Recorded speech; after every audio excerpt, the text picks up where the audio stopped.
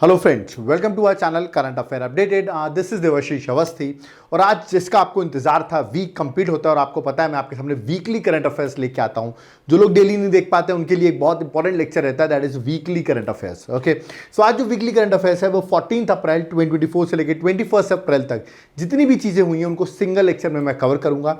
MCQ format में होंगे, बड़े इंटरेस्टिंग क्वेश्चन होंगे। ओके, तो लेक्चर को स्टार्ट करने से पहले मैं आपको बता दूं, आप लोग की एक बहुत डिबेट रहती है कि सर क्या आपके पास कोई बुक है क्या जो हम करंट अफेयर्स के लिए यूज कर सकें। तो ये मेरी बुक आ गई, याद रखिएगा, 10 मंथ्स करंट अफेयर्स पूरी कंपाइलेशन है। आप इस बुक को ऑर्डर कर सकते हैं, आप यहां पर देख सकते हैं प्रॉपरली पिक्टोरियल डायग्राम्स वगैरह सब कुछ पॉइंट फ्रेम में हर चीज़ें मेंशन है।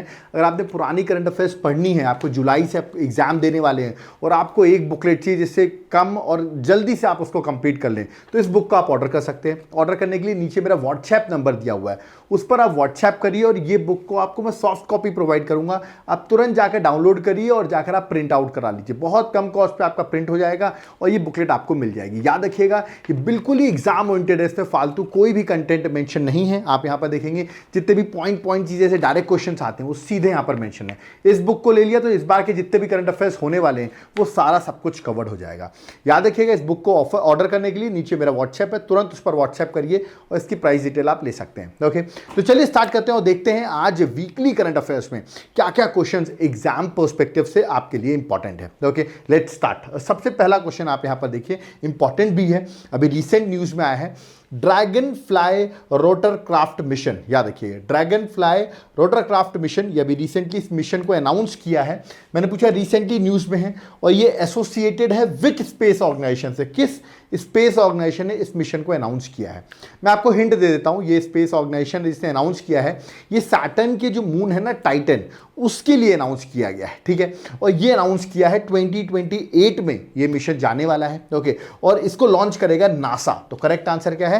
That is option number A, NASA. तो उस टाइम पर भी न्यूज होगा और अभी भी न्यूज में, याद रखिएगा। देखिए जुलाई 2028 में इसको लॉन्च करेंगे और कहां पर लॉन्च किया जा रहा है? ये मिशन जो है वो सैटर्न के मून टाइटन के लिए, याद रखिएगा, लॉन्च किया जाएगा 2028 में। By whom? By NASA. तो आप देखेंगे रिसेंटली ये चीज न्यूज में है, तो ये क्वेश्चन एग्जाम में आ सकता है, बिल्कुल आ सकता है, और आपको पहचानना पड़ेगा किस ऑर्गेनाइजेशन से रिलेटेड है। या ये भी पूछ सकते हैं किसके लिए है, तो याद रखिए टाइटन के लिए है, जो कि इंपॉर्टेंट क्या है, जो याद रखिएगा टाइटन जो क्या है, सैटर्न का इंपॉर्टेंट मून है जिसके लिए ये मिशन लॉन्च किया जाएगा 2028 में। ओके, चलिए सेकंड क्वेश्चन में आते हैं। Again a very interesting question. Okay, which company has become the third largest silver producer globally? Globally जो है वो third largest silver producer globally बन गई है। ओके, ऑप्शंस आपके सामने दिए गए हैं। ठीक है, आपको पहचानना है इस पे करेक्ट आंसर क्या है। हिंदुस्तान जिंक है, वेदांता ग्रुप है, ऐसे करके ऑप्शन दिए गए हैं। ठीक है, इसका करेक्ट आंसर आपको बताना है। मैं आपको इसके बारे में बता दूं, सबसे पहले सिल्वर सबसे ज्यादा किस स्टेट में होता है इंडिया में? वो है राजस्थान। कौन सा स्टेट है?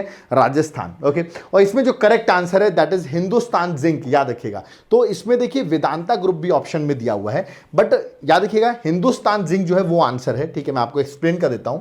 देखिए Hindustan zinc Vedanta group company, Vedanta group की ही एक कंपनी है। तो मेरा मानना है आप इस ऑप्शन को चाहें तो वेदांता ग्रुप की जगह आप यहां पर लिख दीजिए एनटीपीसी। ओके, तो थोड़ा सा ज्यादा कॉन्फ्लिक्ट ऑफ इंटरेस्ट क्वेश्चन नहीं आएगा। तो एनटीपीसी, हिंदुस्तान जिंक, ऐसे करके ऑप्शन दिए हुए हैं। अब करेक्ट आंसर क्या है? करेक्ट आंसर है हिंदुस्तान जिंक। ओके, तो यार कि Hindustan zinc Vedanta group company है जिसने अचीव किया स्टेटस जो वर्ल्ड की, याद रखिएगा, third largest globally silver producing बन गई है। ओके, और ये उसके लिए पॉसिबल है कि राजस्थान में मैंने बताया सबसे सारा सिल्वर होता भी है। ओके, और ये बिकॉज ऑफ दिस माइन, ये माइन बहुत इंपॉर्टेंट है, याद रखिएगा, सिंधेश्वर कुर्द माइन, ये राजस्थान की बहुत फेमस माइन है, सिल्वर माइन है। कभी कभी क्वेश्चन भी आ जाता है ये माइन कहां पर है? राजस्थान पर है। किस प्रोडक्ट के लिए? याद रखिए, तो सिल्वर के लिए है। ओके, जो सिग्निफिकेंट, इसका जो थर्ड लार्जेस्ट ग्लोबल प्रोड्यूसर बन रहा है उसके लिए सिग्निफिकेंट कॉन्ट्रीब्यूशन इस माइन से आता है। ओके, तो इस माइन का नाम भी आपको एग्जाम के लिए याद रखना है। ठीक है, तो करेक्ट आंसर क्या होगा? That is Hindustan zinc. Okay, चलिए नेक्स्ट क्वेश्चन में आते हैं, that is question number third.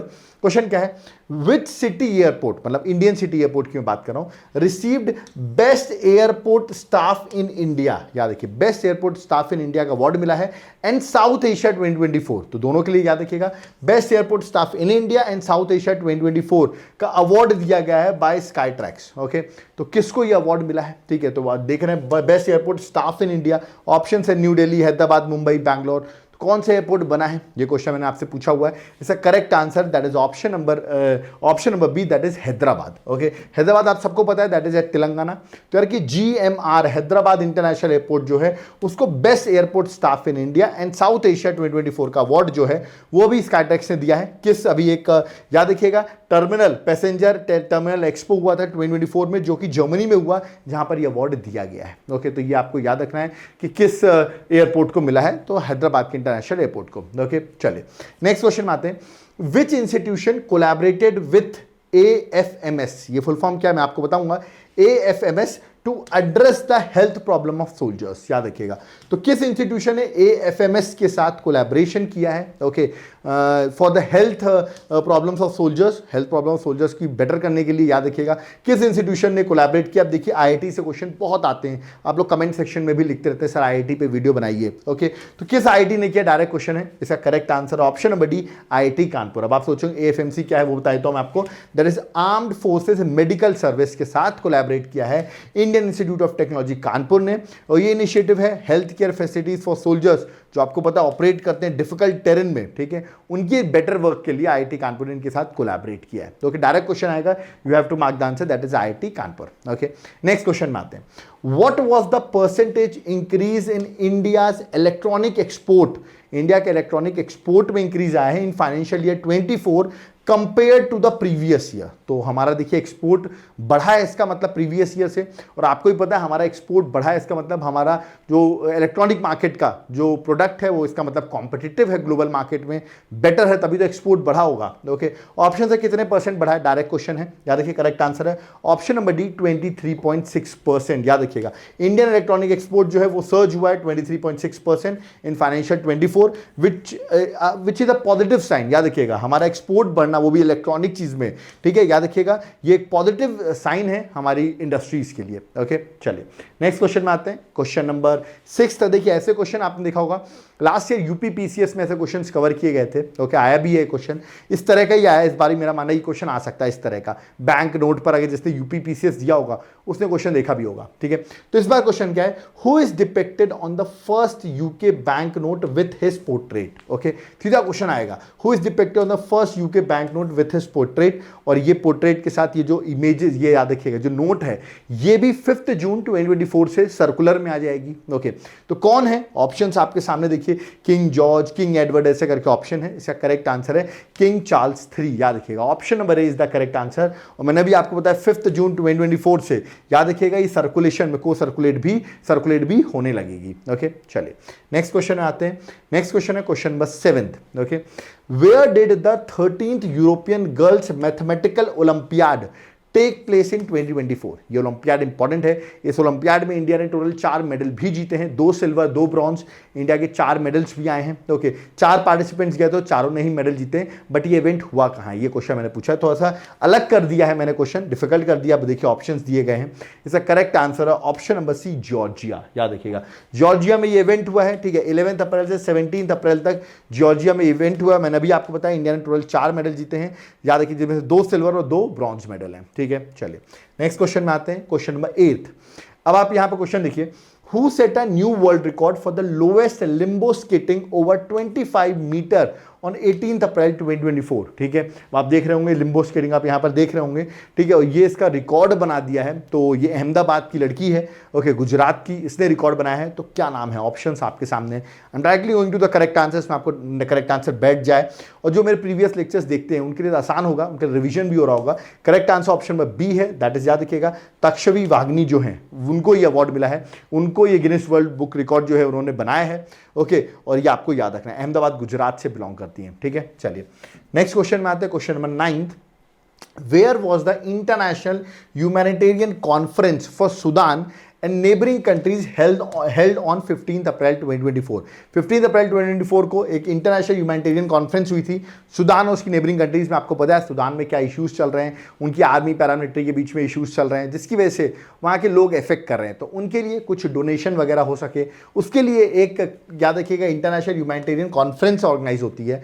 तो मैंने पूछा है कि कॉन्फ्रेंस कहाँ हुई थी? ऑप्शंस आपके सामने, सूडान में हुई, पेरिस में, जर्मनी में, यूके में, कहाँ? यूनाइटेड नेशन में। कुछ लोग यूनाइटेड नेशन मार्क करेंगे, बट करेक्ट आंसर इसका फ्रांस, पेरिस है, याद रखिएगा। पेरिस में ये हुई। ऐसी कॉन्फ्रेंसेस से ऑफकोर्स हेल्प होती है ऐसी कंट्रीज को जो इफेक्ट हो रही है फंडिंग में, याद रखिए उन्होंने अपील की इसमें लोग इसमें कंट्रीब्यूट कर सकें। ओके, चलिए नेक्स्ट क्वेश्चन में आते हैं, क्वेश्चन नंबर 10th। ये आप यहां पर देख सकते हैं, हमारे जनरल, आर्मी के जनरल मनोज पांडे जी हैं। ओके, क्वेश्चन क्या है? During general Manoj Pande visit in April 2024, ठीक है, ये विजिट में गए थे अप्रैल 2024 में। Which country academy of armed forces saw the inauguration of a hitech IT laboratory? Okay, तो इन्होंने याद रखिए इनॉग्रेट किया एक हाईटेक आईटी लेबोरेटरी। किस कंट्री में उन्होंने ये चीज की है, ये इनॉग्रेशन किया है? बड़ा इंपॉर्टेंट क्वेश्चन है, किस कंट्री में? क्या ऑप्शन देखिए, कजाकिस्तान, तजाकिस्तान, तुर्कमेनिस्तान, उज्बेकिस्तान, सारी सेंट्रल एशिया की मैंने कंट्रीज लिखी हैं, क्योंकि 15 से 18 अप्रैल के बीच में थे उज्बेकिस्तान में, और उज्बेकिस्तान में ही इन्होंने इनॉग्रेट किया है। तो correct answer that is option number D, Uzbekistan. Okay, तो ये आपको याद रखना, Uzbekistan is the correct answer. Okay, चलिए, और इससे हमारे डिफेंस के रिलेशन जो इंडिया उज्बेकिस्तान के बेटर भी होते हैं। ओके, नेक्स्ट क्वेश्चन 11th में आते हैं। From which state did DRDO successfully test fire the indigenous technology cruise missile? Indigenous technology cruise missile को सक्सेसफुली फायर किया है, टेस्टिंग हुई है उसकी, तो कहाँ पर ही होगी? देखिए, उड़ीसा है, अंडमान निकोबार, तमिलनाडु, केरल, ऐसे ऑप्शन दिए। और आपको भी पता है मिसाइल वगैरह डीआरडीओ कहाँ से करता है? चांदीपुर, उड़ीसा से। ये आपने सुनी होंगी, पढ़ी भी होंगी। तो correct answer option number B, that is Orissa. तो ऐसे क्वेश्चन में आपको डायरेक्टली आंसर मार्क करना है, that is option number C, that is option number I think B है, Odisha. Yes, option number B Odisha, Chandipur जगह ही मैंने आपको बता दिया है। और ITCM शॉर्ट फॉर्म है, indigenous technology cruise missile. Okay, चलिए नेक्स्ट क्वेश्चन में आते हैं, that is question number 12th। अब देखिए, थोड़ा सा मैंने टिपिकल क्वेश्चन बना दिया है, ठीक है। मैंने क्वेश्चन पहले भी डेली सीरीज में भी क्वेश्चन पूछा हुआ है, बट यहाँ थोड़ा चेंज कर दिया मैंने। विच सिटी प्रोडक्ट तिरंगा बर्फी? क्या नाम है इसका? तिरंगा बर्फी। कभी जाओ ना इस सिटी में, तिरंगा बर्फी जरूर खा के आना, देखिए कितनी अच्छी लग रही है, ठीक है। उसके साथ याद रखिएगा दालुआ मूर्ति, याद रखिएगा दालुआ मूर्ति मेटल कास्टिंग क्राफ्ट। ओके, ये दोनों को अभी GI टैग मिला है ना। किस सिटी से इनको GI टैग मिला है? ऑफकोर्स किस स्टेट से मिला है बता देता हूं, उत्तर प्रदेश से मिला है। अब किस सिटी का GI टैग है, बहुत इंपॉर्टेंट है दोनों, तिरंगा बर्फी और ये मेटल क्राफ्ट, याद रखिएगा। ऑप्शंस आपके सामने हैं।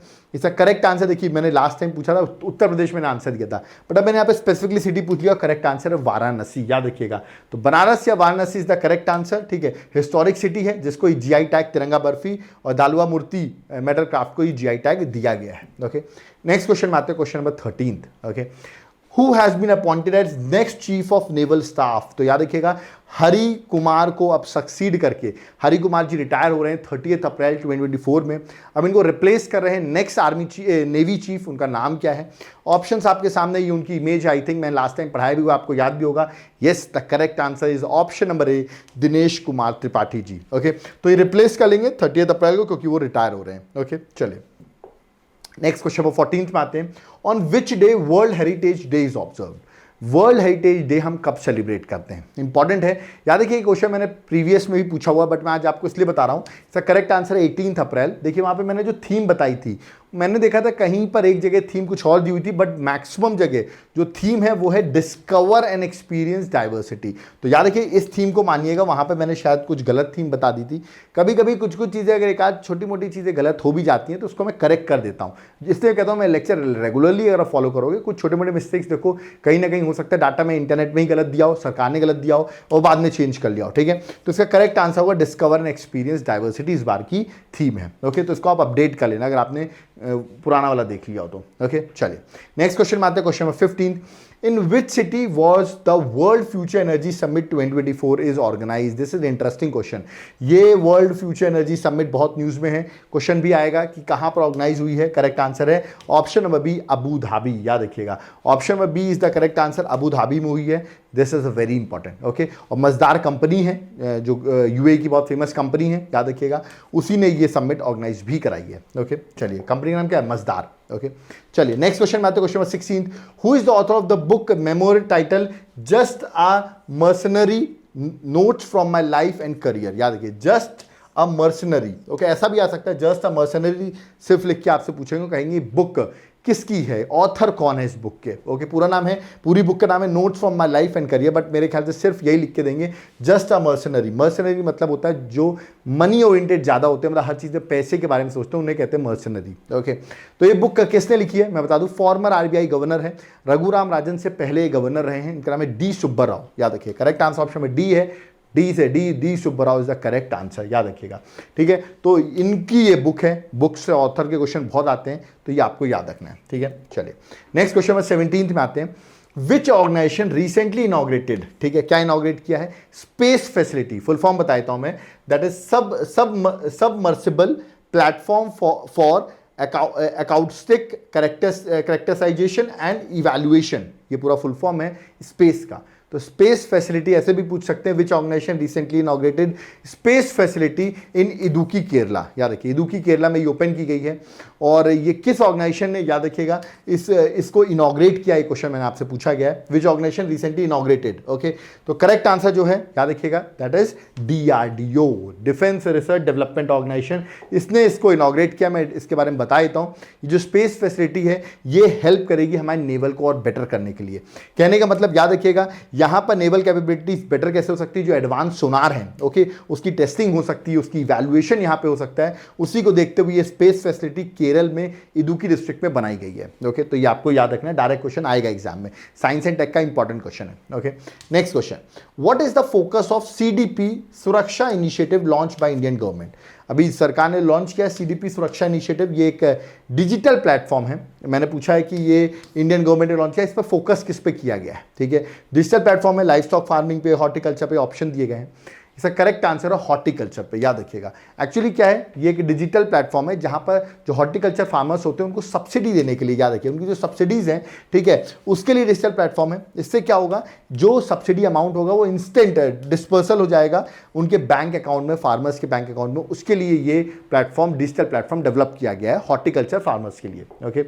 Next question, question number 19, which organisation is set to launch European Space Agency solar study mission, जिसका नाम है प्रोबा 3, ठीक है। मैं प्रोबा 3 का भी आपको फुल फॉर्म बताऊंगा, बट यूरोपियन स्पेस एजेंसी का सोलर को स्टडी करने के लिए एक मिशन लॉन्च हो रहा है प्रोबा 3, और इसको कौन सी ऑर्गेनाइजेशन लॉन्च कर रही है? क्योंकि यूरोपियन स्पेस एजेंसी तो नहीं कर रही है।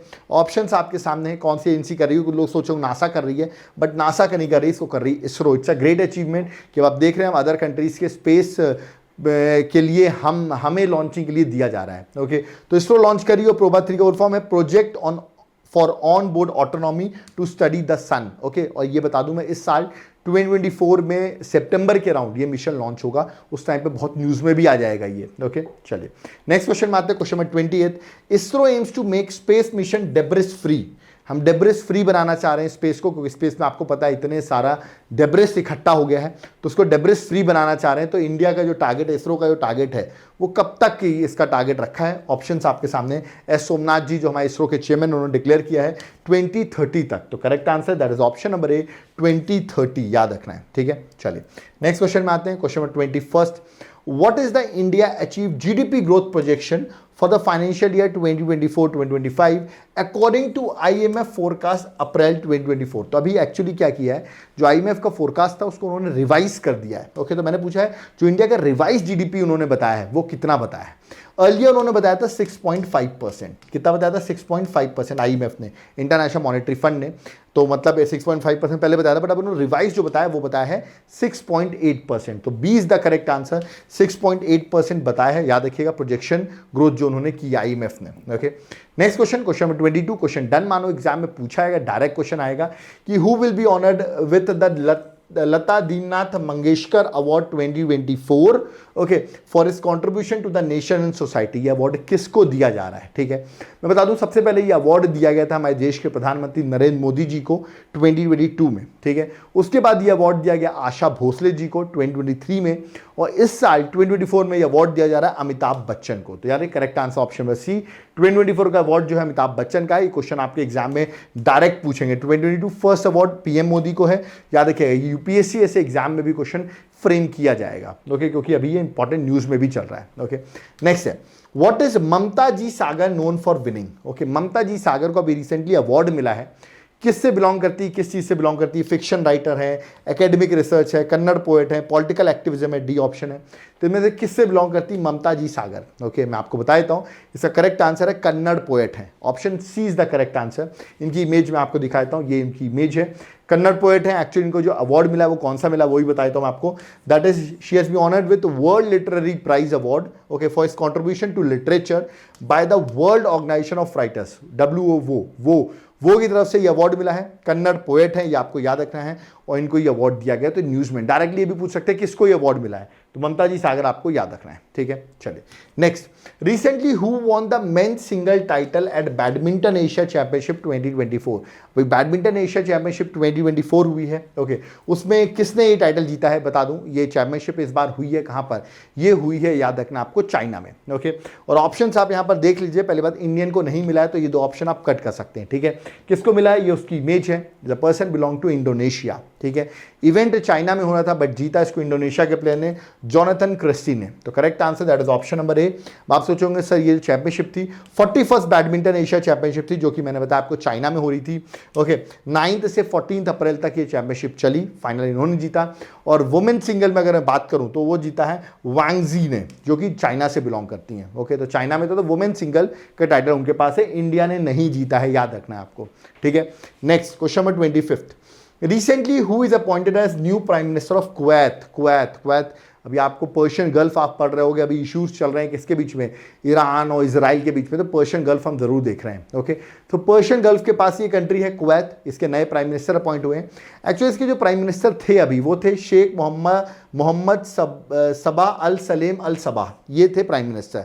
अब इनको रिप्लेस कर लिया है किसने? ऑप्शन नंबर सी ने, that is Ahmad Abdullah Al Ahmad Al Sabah. तो देख सकते हैं अल सबाह दोनों ही हैं, तो correct answer option number C है।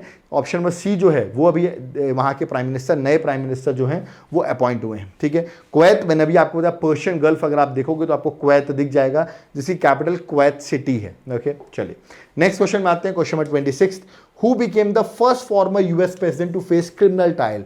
पहले यूएस प्रेसिडेंट हैं जिन्होंने क्रिमिनल ट्रायल फेस कर रहे हैं, उनका नाम क्या है? ठीक है, बिल क्लिंटन, बैराक ओबामा नहीं, कौन फेस कर सकता है? लॉजिकल है डोनाल्ड ट्रंप, 45th यूएस के प्रेसिडेंट रहे हैं, याद रखिएगा। 2017 से 2021 तक ये देश के प्रेसिडेंट थे, यूएसए के 45th प्रेसिडेंट, और ये पहले प्रेसिडेंट ही बन गए जो क्रिमिनल ट्रायल फेस कर रहे हैं, ओके। तो correct answer option number D है, okay. Next, MSC Aries ship, ये अभी न्यूज़ में है शिप, ओके, रिसेंटली न्यूज़ में थी, ओके। मैं बताऊंगा अभी क्यों न्यूज़ में भी थी और क्यों अभी भी न्यूज़ में है। इस शिप को जो है, ये शिप कहाँ से बिलोंग करती है? मैंने क्वेश्चन ये पूछा है, इजराइल, इराक, इंडिया या मालदीव्स, ओके। तो कुछ लोग सोचोगे इंडिया से होगी, इंडिया से नहीं बिलोंग करती है, ये शिप है इजराइल की, ओके।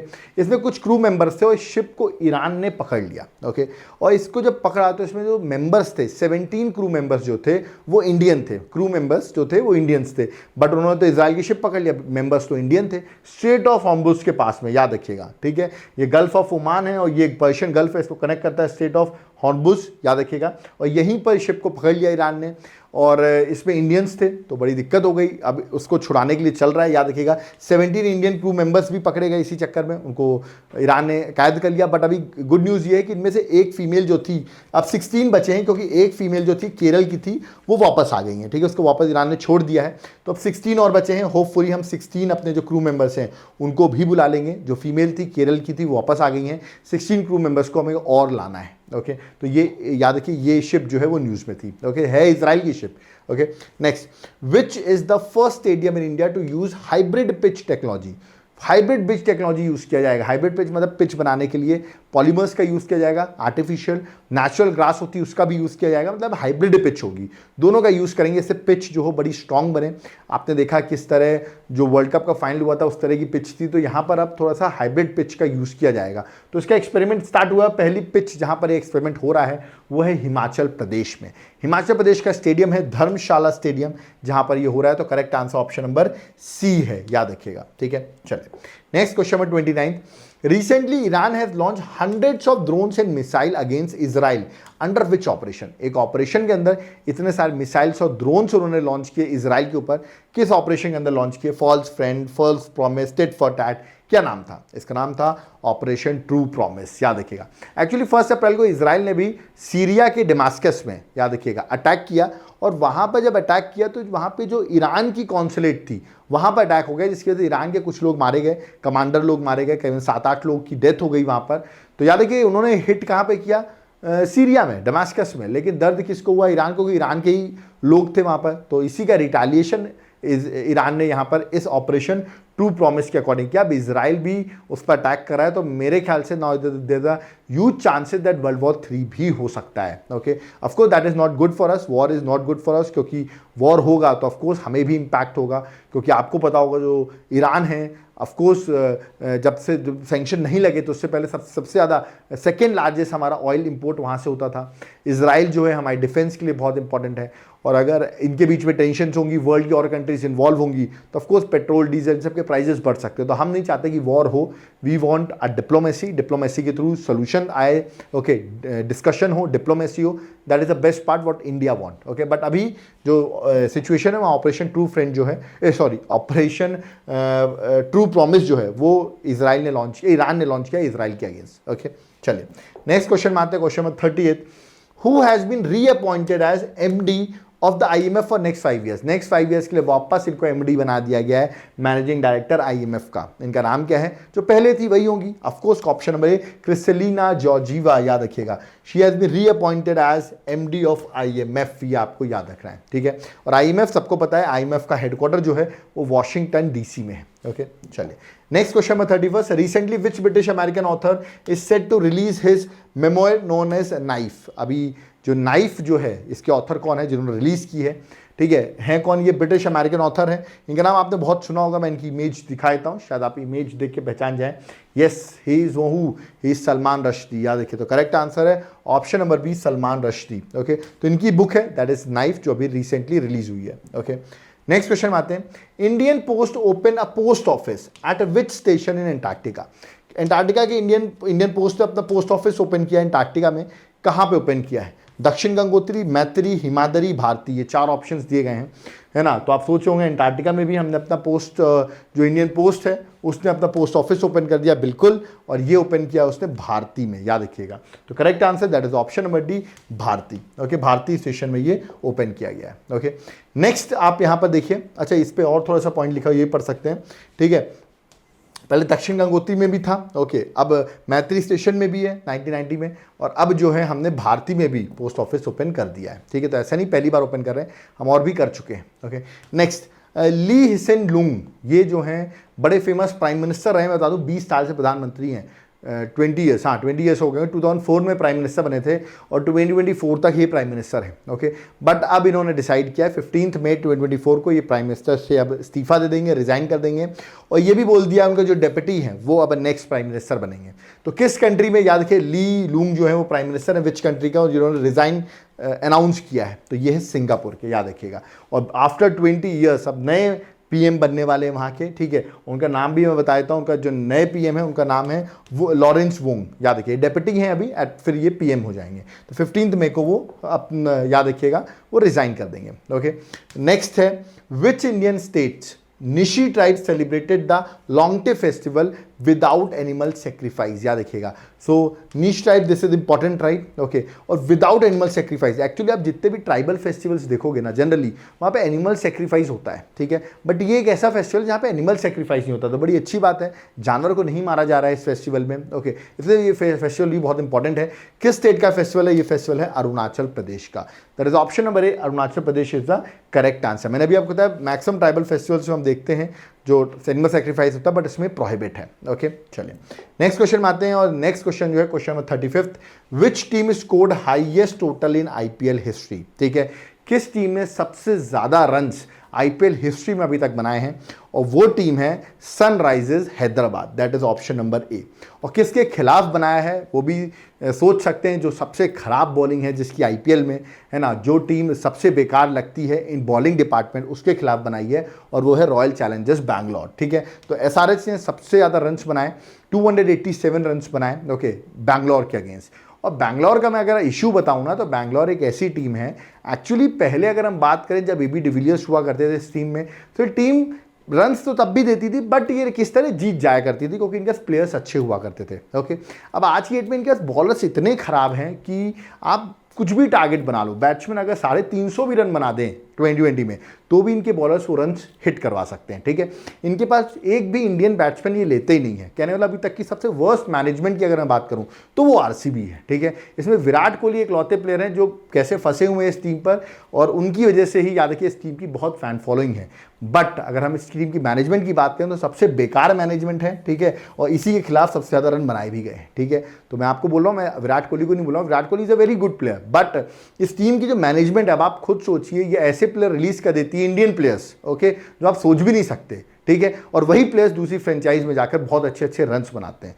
तो ये है सबसे बकवास टीम, नहीं बोलूंगा बट सबसे बकवास जिस टीम का मैनेजमेंट है वो है रॉयल चैलेंजर्स बैंगलोर। इनके बॉलिंग कोच वो होते हैं जो एक्चुअली बैट्समैन होते हैं, वो उनको ये बॉलिंग कोच बनाते हैं, ठीक है। ये ऐसे प्लेयर्स को रिलीज करते हैं, इंडियन प्लेयर्स को, जो दूसरी टीम में जाकर रन्स बनाते हैं, और ये ऐसे प्लेयर्स लेके आते हैं जो सबसे खराब प्लेयर हों दूसरी टीम के, और वो अपनी टीम पे लाके रख लेते हैं, ठीक है। और फिर ये कितने भी रन बना दें ये सब चेस करवा देते हैं, इनके बॉलर्स, इनके बैट्समैन भी। याद रखिए कोई इंडियन अच्छे बैट्समैन नहीं है इनके पास, ये पूरे 14 मैच सिर्फ अपनी टीम बनाते रहते हैं। कौन? आरसीबी वाले, ठीक है।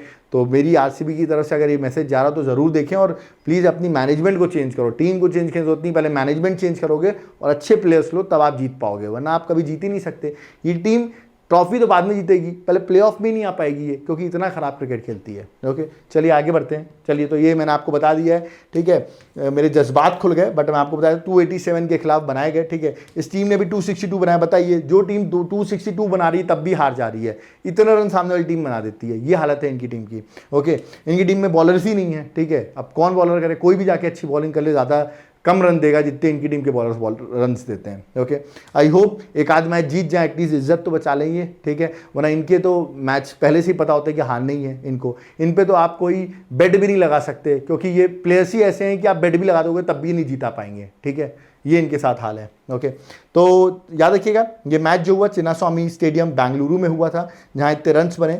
सबसे ज़्यादा सिक्सेस भी याद रखिएगा इसी मैच में बने, 22 सिक्सेस हिट हुए हैं। ओके, हैदराबाद ने मारे हैं। ओके, और हाईएस्ट मैच एग्रीगेट भी था, दोनों को ऐड कर दो ना, सबसे ज़्यादा रन्स भी जो है अगर देखा जाए तो वो भी इसी मैच का बना। मतलब अगर पूछा है सबसे ज़्यादा रन्स तो दोनों टीमों को ऐड कर दे, सबसे ज़्यादा किस आईपीएल हिस्ट्री में बना है तो यही बना है 549 रन्स। ओके, चलिए आगे बढ़ते हैं, नेक्स्ट क्वेश्चन में आते हैं। नेक्स्ट क्वेश्चन क्या है?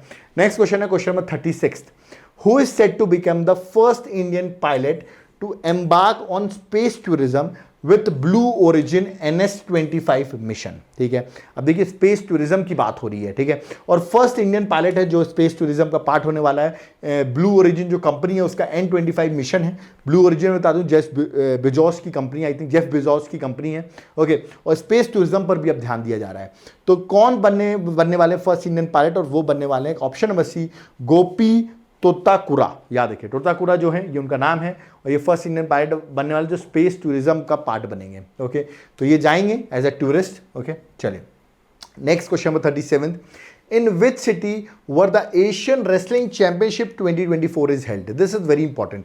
ये रेसलिंग चैंपियनशिप अभी हुई। ओके, और इसमें खास बात बता दूं कि ये रेसलिंग चैंपियनशिप पहले बताइए हुई कहाँ? ऑप्शंस आपके सामने हैं, ठीक है। ये चाइना में नहीं हुई है, ठीक है, ये हुई है किर्गिस्तान बिश्केक में। ऑप्शन नंबर बी, बिश्केक जो किर्गिस्तान की कैपिटल है, वहां पर हुई। और खास बात बताऊं, इंडिया ने यहाँ पर टोटल, इंडिया की रैंक थी 9th। कितनी रैंक थी इंडिया की? देखो याद करेंगे ट्रिक, देखो इंडिया की रैंक है 9th, ठीक है। इस चैंपियनशिप पे खत्म हो चुकी है। इंडिया ने गोल्ड जीते 0, ठीक है। इंडिया ने सिल्वर जीते 4 और ब्रॉन्ज जीते 5। तो मतलब इंडिया ने मेडल जीते कितने? 9, और इंडिया की रैंक भी है 9। बड़ी अच्छी बात है, मेडल भी 9 जीतो, रैंक भी 9 लो। और जो रैंक 1 पर है वो है जापान। याद रखना रैंक 1 पर कौन है? जापान, और इंडिया की रैंक है 9। तो जो मैंने बता दिया 11 से 16 अप्रैल तक ये इवेंट चला है। किसी ने गोल्ड नहीं जीता इसलिए मैंने क्वेश्चन कवर नहीं किया है। कोई गोल्ड जीता होता तो मैं क्वेश्चन भी कवर करता। ओके, चलिए नेक्स्ट क्वेश्चन में 38। Recently DRDO organise the first international workshop on emerging technologies and challenges for exoskeleton at which place? Okay, अभी एक्सोस्केलेटन क्या होता है? याद रखिएगा, अगर ये आपकी बॉडी में कुछ इक्विपमेंट्स होते हैं, इनको लगा दिया तो आपकी बॉडी का पावर जो होता है वो इंक्रीज हो जाता है। तो डिफेंस में यूज हो सकते हैं। इसके लिए ही याद रखिए एक वर्कशॉप ऑर्गेनाइज की थी अभी डीआरडीओ ने। और ये कहाँ हुई है वर्कशॉप मैंने पूछा है, ऑप्शन दिए गए हैं, और इसका आंसर भी वही है जो टीम सबसे ज्यादा रन खाती है, दैट इज ऑप्शन नंबर ए, बेंगलुरु। याद रखना, तो करेक्ट आंसर है ऑप्शन नंबर ए, बेंगलुरु। और बता दूं आज आरसीबी का ही मैच है, ठीक है। आज आप संडे है, आप ये वीकली करंट अफेयर्स देख रहे हैं, देखते हैं आज ये कितने रन खाती है, ठीक है। तो correct answer that is option number A, Bengaluru. Okay, next question है question number 39। Which mission did ISRO achieve a zero optical debris milestone with? This is important. India का याद रखिए किस मिशन के साथ इसरो ने zero orbital debris milestone achieve कर लिया है। एक्चुअली आपको पता होगा जब भी स्पेस में मिशन जाते हैं तो वहाँ पर हमारा जो लास्ट पार्ट रहता है लॉन्चिंग व्हीकल का, सेटेलाइट वगैरह जो खत्म हो जाते हैं वो सब स्पेस में ही रह जाते हैं, जिसकी वजह से डेब्रिस बढ़ता रहता है। ठीक है, तो अब क्या किया है, जो लास्ट पार्ट था लॉन्चिंग व्हीकल का वो भी वापस आ जाता है अर्थ के अंदर और वो डेब्रिस इकट्ठा नहीं करता है। ये पहली बार इसरो ने करके दिखाया है। किस तरह?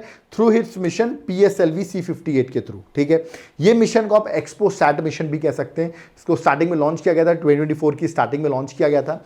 इसमें याद रखिए इसका जो लास्ट लॉन्चिंग व्हीकल था वो याद रखिए डी ऑर्बिट करके, याद रखिए स्पेस से डी ऑर्बिट करके वापस अर्थ में आ जाता है और जिसकी वजह से डेब्रिस नहीं इकट्ठा होता। तो जीरो डेब्रिस जो होना चाहिए वो अचीव किया है through PSLV C58, that is XPoSat, याद रखिएगा मिशन के थ्रू, है ना। और जो लास्ट स्टेज मैंने अभी आपको बताया जो लॉन्चिंग व्हीकल था उसका नाम रखा गया था पोएम 3।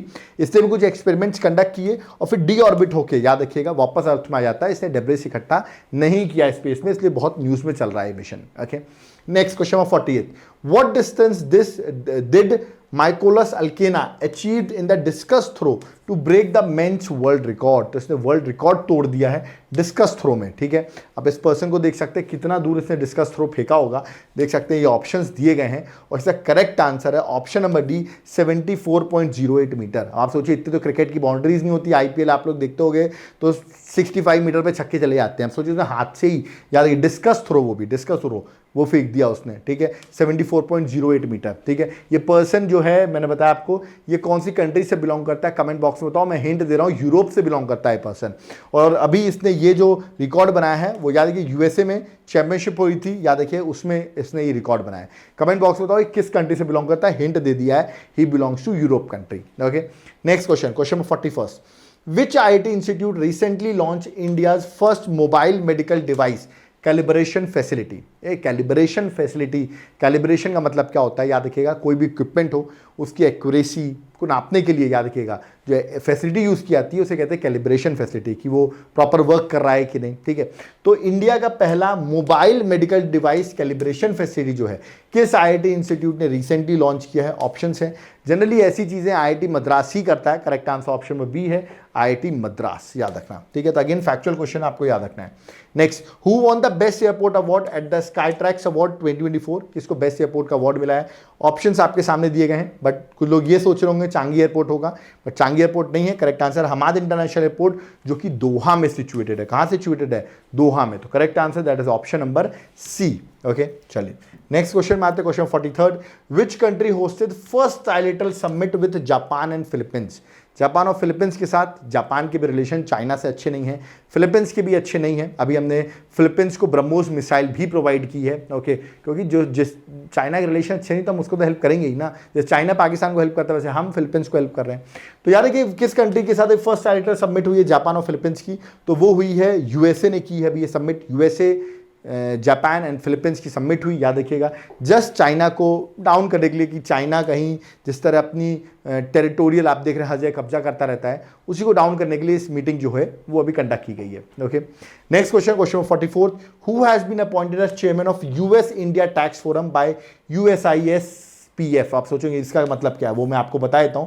पहले आप सीधा क्वेश्चन बताइए कि chairman of US India tax forum कौन अपॉइंट हुए हैं? ये उनकी इमेज है, इमेज से आप पहचान नहीं पा रहे होगे, बट इसका करेक्ट आंसर है ऑप्शन नंबर ए तरुण बजाज। फुल फॉर्म मैं आपको बता देता हूं, याद रखिएगा US India strategic partnership forum, ये इसका फुल फॉर्म है। इसने अभी US इंडिया टैक्स फोरम जो है याद रखिएगा अपॉइंट किया है। किसको अपॉइंट किया है? Who is the chairman of US India tax forum? इसको अपॉइंट किया उन्होंने तरुण बजाज को। ओके, तो याद रखिए IAS ऑफिसर रह चुके हैं, फॉर्मर रेवेन्यू सेक्रेटरी रहे हैं, सेक्रेटरी ऑफ इकोनॉमिक अफेयर्स भी रहे हैं ये। ओके, लास्ट क्वेश्चन आज का, what is the theme of world liver day 2024? World liver day पहली बात कब बनाया जाता है? वर्ल्ड लीवर डे ओके, ये बनाया था 19 अप्रैल को, आई थिंक यस 19 अप्रैल को बनाया जाता है। और इसकी थीम क्या थी? थीम बड़ी अच्छी बात है, लीवर को हेल्दी रखो, डिसीज फ्री रखो। तो करेक्ट आंसर ऑप्शन ए है, keep your liver healthy and disease free. तो option A is the correct answer. मैंने बताया आपको लीवर डे जो बनाते हैं 19 अप्रैल को बनाते हैं to raise the awareness about healthy liver. Okay, और इस बाकी थीम भी कुछ इसी तरह की थी। ओके, तो ये थे वीकली करंट अफेयर्स के जितने क्वेश्चंस थे इस वीक के, मैंने आपको सारे बता दिए एग्जाम पर्सपेक्टिव से। ठीक है, अगर आप डेली करंट अफेयर्स देखते होगे तो ये आपके लिए रिवीजन की तरह हेल्प किया होगा। ठीक है, आई होप आपका रिवीजन भी होते रहे। ओके, और याद रखिएगा, मैं फिर से बता रहा हूँ आपको, अगर आपको एग्जाम देना है और आप चाहते हैं एंड में आप कंपाइलेशन से पढ़ लें तो सॉफ्ट कॉपी को ऑर्डर कर सकते हैं। याद रखिएगा, सारे नोट्स इसमें हैं करंट अफेयर्स के, जुलाई से सारी चीज़ें कवर की गई अभी तक की, और पॉइंट फॉर्मेट में जल्दी जल्दी रिवाइज करके, ज़्यादा मोटी भी नहीं है, देख सकते हैं पतली बुकलेट है, और इसको पढ़ के ईजिली आप एग्जाम में चले जाओ, आपके मार्क्स स्कोर हो जाएंगे। करंट अफेयर्स आपको ही पता है आपके एग्जाम का 20 to 25% डायरेक्ट होता है, इसको पढ़ के चले जाओ, चिंता फ्री, आपके क्वेश्चन इसी से आ रहे हैं। ठीक है, तो ये आप बुकलेट ऑर्डर कर सकते हो, आपके लिए हेल्प होगी। ठीक है, ऑर्डर करने के लिए करना क्या है, व्हाट्सएप नंबर दिया, व्हाट्सएप पे मैसेज करो। ओके, इंक्वायरी लो, कोई डाउट क्वेरी है तो कॉलिंग नंबर भी है, फिर आप कॉल भी कर सकते हो, it depends upon you. Okay, ये लेक्चर कैसा लगा आपको, बड़े इंटरेस्टिंग क्वेश्चंस लाता हूं मैं, समझाता भी हूं आपको चीज़ें बैकवर्ड फॉरवर्ड लिंकेजेस में। अगर आपको लेक्चर पसंद आ रहा हो तो वीडियो को लाइक जरूर करो। अगर आप चाहते हो सर हम आपको कुछ हेल्प करना चाहते हो तो ये हमारा QR कोड है, PhonePe, Paytm, Google pay number भी मेंशन है। If you want to contribute to us, आप कंट्रीब्यूट कर सकते हो just for the growth of the channel. नहीं भी करोगे तो कोई बात नहीं यार, वीडियो को लाइक शेयर सब्सक्राइब तो कर ही दिया करो। बड़ी मेहनत से हम इन वीडियोस को बनाते हैं, आप देखते हैं कंटिन्यूटी भी हमारी है, हर दिन हम आपको हर चीज़ें जितना हो सके वो कम टाइम पे प्रोवाइड करते हैं। आजकल आप लोग टॉपिक वाइज लेक्चर्स जो है हमारे वो नहीं देख रहे हो, जो पहले आप बहुत देखा करते थे, और उससे क्वेश्चंस बहुत आएंगे। मैं फिर से बता रहा हूँ, जो लोग नहीं देख रहे हैं ना वो रिग्रेट करेंगे देखना है एग्जाम के टाइम पर। मैं फिर से बता रहा हूँ, अभी मैंने अभी अपॉइंटमेंट्स पे लेक्चर बनाया, मैंने अभी स्टेट स्कीम्स पे लेक्चर बनाया, अभी मैंने सबमिट्स पे लेक्चर बनाया, मैं ऐसे करके अभी बहुत से लेक्चर्स लाने वाला हूँ। तो प्लीज़ आप उन लेक्चर्स को देखो यार, आपके मार्क्स कड़े आएंगे, इसलिए मैं आपको रिपीट बार बार बोल रहा हूँ। ठीक है, और रही बात इसकी नोट्स की, तो याद रखिएगा हमारे सब्जेक्ट्स के भी नोट्स होते हैं, जैसे पॉलिटी, ज्योग्राफी, हिस्ट्री, इकोनॉमिक्स, इन नोट्स को आप भी ऑर्डर कर सकते हो। याद रखिएगा हर सब्जेक्ट के नोट्स हैं, जैसे आपको पॉलिटी, ज्योग्राफी, हिस्ट्री, इन सब सब्जेक्ट के नोट्स चाहिए तो आप इसको भी ऑर्डर कर सकते हो। इसके लिए आप मेरे एप्लीकेशन को डाउनलोड कर लो, एप्लीकेशन का नाम दिया हुआ Debashish classes, link description box में, आप ऐप को डाउनलोड करो, वहाँ पर आपको मेरी क्लासेस भी मिल जाएंगी, नोट्स और क्लासेस का कॉम्बो मिल जाएगा। जनरल स्टडीज की क्लासेस चाहिए तो उसका भी कॉम्बो बनाओ, जनरल स्टडीज कोर्स आप बाय कर सकते हो। याद रखिएगा आप इंडिविजुअल क्लासेस चाहते हो तो वो भी आपको यहाँ पर मिल जाएंगी, प्लस आप कंप्लीट कोर्सेज चाहते हो, general studies, UPSC, state services, वो सब अवेलेबल है। ओके, नोट्स भी आपको वहाँ अवेलेबल हो जाएंगे, और आप डायरेक्ट कांटेक्ट करना चाहते हो नोट्स के लिए तो मैंने व्हाट्सएप नंबर आपको बता ही दिया है, उस पर करोगे तो आपको डिटेल्स मिल जाएंगी। ओके, यूपीएससी की प्रिपरेशन करो, pre mains, answer writing, test series, सब चीज़ में हेल्प करूंगा। आप देख रहे हैं हम कितने कंटिन्यूस हैं, हर चीज़ को लेक्चर्स को बना रहे हैं, वो भी कंटेंट जो है उस पर बहुत फोकस करते हैं हम, जिसमें हमारा कंटेंट की क्वालिटी हो, टाइम वेस्ट ना हो। तो अगर आप कंटेंट समझ रहे होंगे तो आप यूपीएससी की प्रिपरेशन करना चाहते हो तो उसमें भी हम आपकी हेल्प कर सकते हैं। हमारे लेक्चर्स हैं, कोर्सेज हैं, उसको देखो, घर बैठे बैठे आप तैयारी कर सकते हो। Instead of investing 2 to 3 lakh rupees, याद रखिएगा आप डेली में इन्वेस्ट करो, आप कम अमाउंट पर प्रिपरेशन कर सकते हो। ओके, और टू द पॉइंट हम आपकी प्रिपरेशन कराएंगे और आपको नोट्स भी यूपीएससी के स्पेशली प्रोवाइड करेंगे। ओके, यहाँ पर हमारा लेक्चर कंप्लीट होता है। आई होप आपको लेक्चर समझ में आएगा। कोई डाउट क्वेरी है जरूर कमेंट बॉक्स में कमेंट करके बताइए, और प्लीज़ इस वीडियो को जाते जाते शेयर जरूर करिए, बहुत मेहनत से बनाया है। आज संडे है, आज आईपीएल के भी इतने सारे मैचेस आप लोग हो सकता है वो मैचेस ज़्यादा देखते हो, मुझे पता है, वीडियोस तो कम ही देखते हो पढ़ाई के, बट ठीक है, कभी कभी पढ़ाई के भी वीडियोस देख लिया करो यार। एग्जाम में एंड में याद रखिएगा आईपीएल तो 2 महीने बाद खत्म हो जाएगा, या अदर चीज़ें भी 2 महीने बाद, 3 महीने बाद खत्म हो जाएंगी, बट आपके एग्जाम्स जो हैं वो आपको रिग्रेट होंगे अगर वो टाइम चला गया तो। So please do watch our lectures, और प्लीज़ इस वीडियो को ऐसे ग्रुप्स में शेयर किया करो जहाँ पर आप मेंबर्स हो, वहाँ जाकर डाल दिया करो, या ग्रुप ओपन है तो जाकर वीडियोस को वहाँ पर डाल दिया करो, बाकी जिसको देखना होगा वो देख लेगा। ओके, और फर्स्ट टाइम चैनल में एक बार विजिट करो चैनल को, आपको पता चल जाएगा कितना अपडेटेड है, हर चीज़ हम यहाँ पर प्रोवाइड करते हैं। ओके, हमारे टेलीग्राम ग्रुप को ज़रूर ज्वाइन करो, याद रखिएगा जिसका लिंक डिस्क्रिप्शन बॉक्स में है, वहाँ पर आपको लेक्चर्स की PDF भी अवेलेबल हो जाती है। तो इसलिए जाकर तुरंत आप टेलीग्राम का लिंक जो है वो मैं कमेंट सेक्शन में पिन कर रहा हूँ, वहाँ से जाकर आप हमारे टेलीग्राम ग्रुप को ज्वाइन कर सकते हो। तो चलते हैं हम, थैंक यू एवरीवन, जय हिंद, जय भारत।